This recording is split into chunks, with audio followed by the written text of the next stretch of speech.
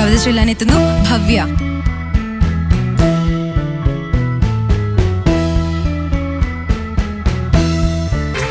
ഭവ്യ ചേച്ചി, മാമ്പഴത്തിന്റെ ഈ വേദിയിലേക്ക് സ്വാഗതം.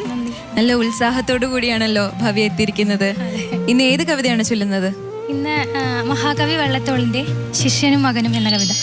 അശങ്കമാമാനി വൃഷാംഗ ശിഷ്യൻ അമർഷവേഗത്തിനധീനനായി അച്ഛൻ കൊടുത്തോരു കൊടും കുഠാരം മകന്റെ നേർക്കക്ഷണമാഞ്ഞു വിട്ടു. രാമായുധം ഭീമസുതന്റെ വാമകണ്ഠ സ്ഥലത്തിൽ സഹസാ പതിച്ചു. അക്കുംഭിവക്രന്റെ ഇടത്തു കൊമ്പോ നിർഘാത ഘോരാരവമായി നിലത്തും. അക്കൊമ്പു ചെമ്മണ്ണടിയിൽ കിളർന്ന കൈലാസ ശൃംഗങ്ങളിലൊന്നിനൊപ്പം കടയ്ക്കൊരക്താങ്കിതമായി വേഗേ ബ്രഹ്മാണ്ടമൊട്ടുക്കൊരു ഞെട്ടൽ ഞെട്ടി.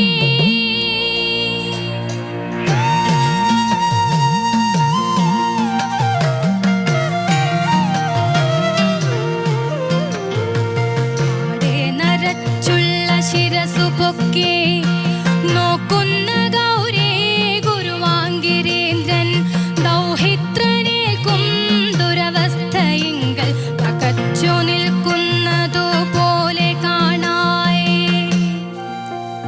സ്കന്ദൻ തഥാ പുഞ്ചിരിയിട്ടു നന്ദി കൺചിമ്മി വീശീഗത വീരഭദ്രൻ വീർപ്പൊന്നു വിട്ടൂരു കൈ തിരുമ്മി കൊണ്ടോദരൻ നാവു കടിച്ചു ചണ്ടൻ.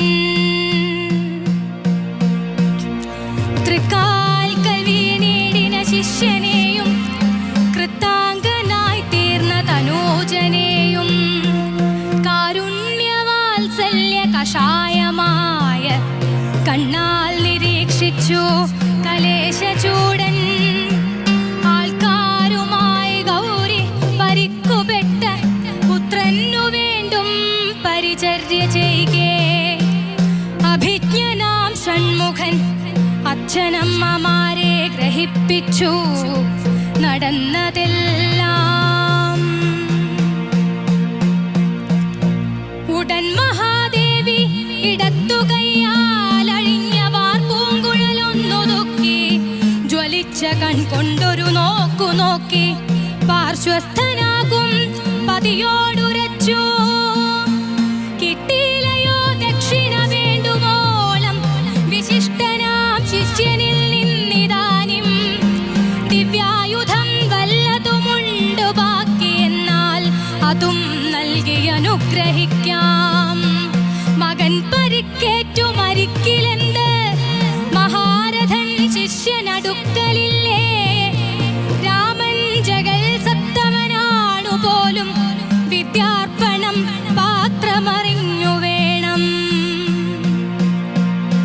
എന്തൊക്കെയോ ഹന്ത കഥിച്ചു വീണ്ടും സുതാംഗഭംഗാർദിതയായ ദേവി.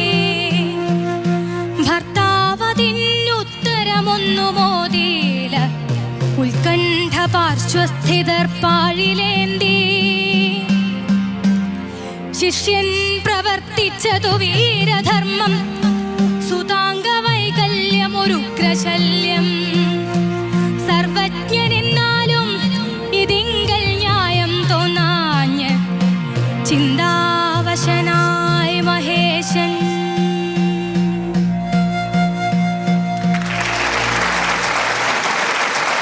ഭവ്യ ചേച്ചി, വള്ളത്തോളിന്റെ അതിപ്രശസ്തമായ ഈ കവിത എങ്ങനെ ഭവ്യ ചൊല്ലി എന്ന് നമുക്ക് വിധികർത്താക്കളോട് ചോദിച്ചറിയാം. ലീലാകൃഷ്ണൻ സർ. ഭവ്യ, ശിഷ്യനും മകനും എന്ന കവിതയിലെ കാവ്യഖണ്ഡം തെരഞ്ഞെടുത്തതിന് ഞാൻ ഭവ്യയെ അഭിനന്ദിക്കുന്നു. വള്ളത്തോളിനെ പോലൊരു കവിയെ ഈ പ്രായത്തിൽ മനസ്സിലാക്കിയല്ലോ. അതിൽ 8 വരി വിട്ടുകളഞ്ഞത് എന്താ? അത് വിട്ടുപോയതാണോ വിട്ടുകളഞ്ഞതോ? സമയം ക്രമീകരിക്കാൻ വേണ്ടി. ഇങ്ങോട്ട് എഴുന്നള്ളി വിനായകന്റെ പിതാക്കൾ നിശേഷ ജഗത് പിതാക്കൾ. അത് വെറുതെ പറഞ്ഞതല്ല അവിടെ വള്ളത്തോൾ അല്ലേ. പാർശ്വസ്ഥനാകും പതിയോടുരച്ചു, അതൊക്കെ നന്നായി ചൊല്ലി. അവിടെയാണ് ആ സ്വഭാവോക്തി, സൂക്ഷ്മ സ്വഭാവം വർണ്ണിച്ചാൽ സ്വഭാവോക്തിയായിടും, അങ്ങനെ ഒരു അലങ്കാരമുണ്ട്. ആ അലങ്കാരത്തിന് ഏറ്റവും നല്ല ഉദാഹരണമായിട്ട് കൊടുക്കാവുന്നൊരു ഭാഗമാണിത്. പക്ഷേ ആ കവിത അർഹിക്കുന്ന ഒരു ഊർജമോ അതിൻ്റെ ഈ വിട്ടുപോയത് തന്നെ ഒരു ദോഷമായി. ചില ഭാഗങ്ങളിലൊക്കെ ആ കവിതയ്ക്ക് കിട്ടേണ്ട ഒരു സൗന്ദര്യം, അതിൻ്റെ ഒരു ക്ലാസിക്കൽ ഗരിമ ഭവിയുടെ ആലാപനത്തിൽ വരാതെ പോയി. കവിത തിരഞ്ഞെടുത്തു, പക്ഷേ ആ കവിതയെ നിഷ്കർഷിച്ച് മനസ്സിലാക്കി ചൊല്ലിയില്ല. ആ ദോഷം അടുത്ത ആലാപനത്തിൽ തീർക്കണം. അഭിനന്ദനം. നന്ദി സർ. കുരീപ്പുഴ സർ. സംസ്കൃത ഭാഷയുടെ ഒപ്പം അല്ലാതെ മലയാള ഭാഷയ്ക്ക് വേണ്ടി വാദിച്ച കവിയായിരുന്നു മഹാകവി വള്ളത്തോൾ. ഈ കവിതയിലെ ഒരു പ്രധാനപ്പെട്ട കാര്യം, പാത്രം അറിഞ്ഞ് വേണം നമ്മൾ കാര്യങ്ങൾ കൊടുക്കാൻ. അതാണ് ഒരു പ്രധാനപ്പെട്ട കാര്യം. അതിനു വേണ്ടിയിട്ട് വാദിക്കുകയാണ് ഇതിനകത്ത് പാർവതി.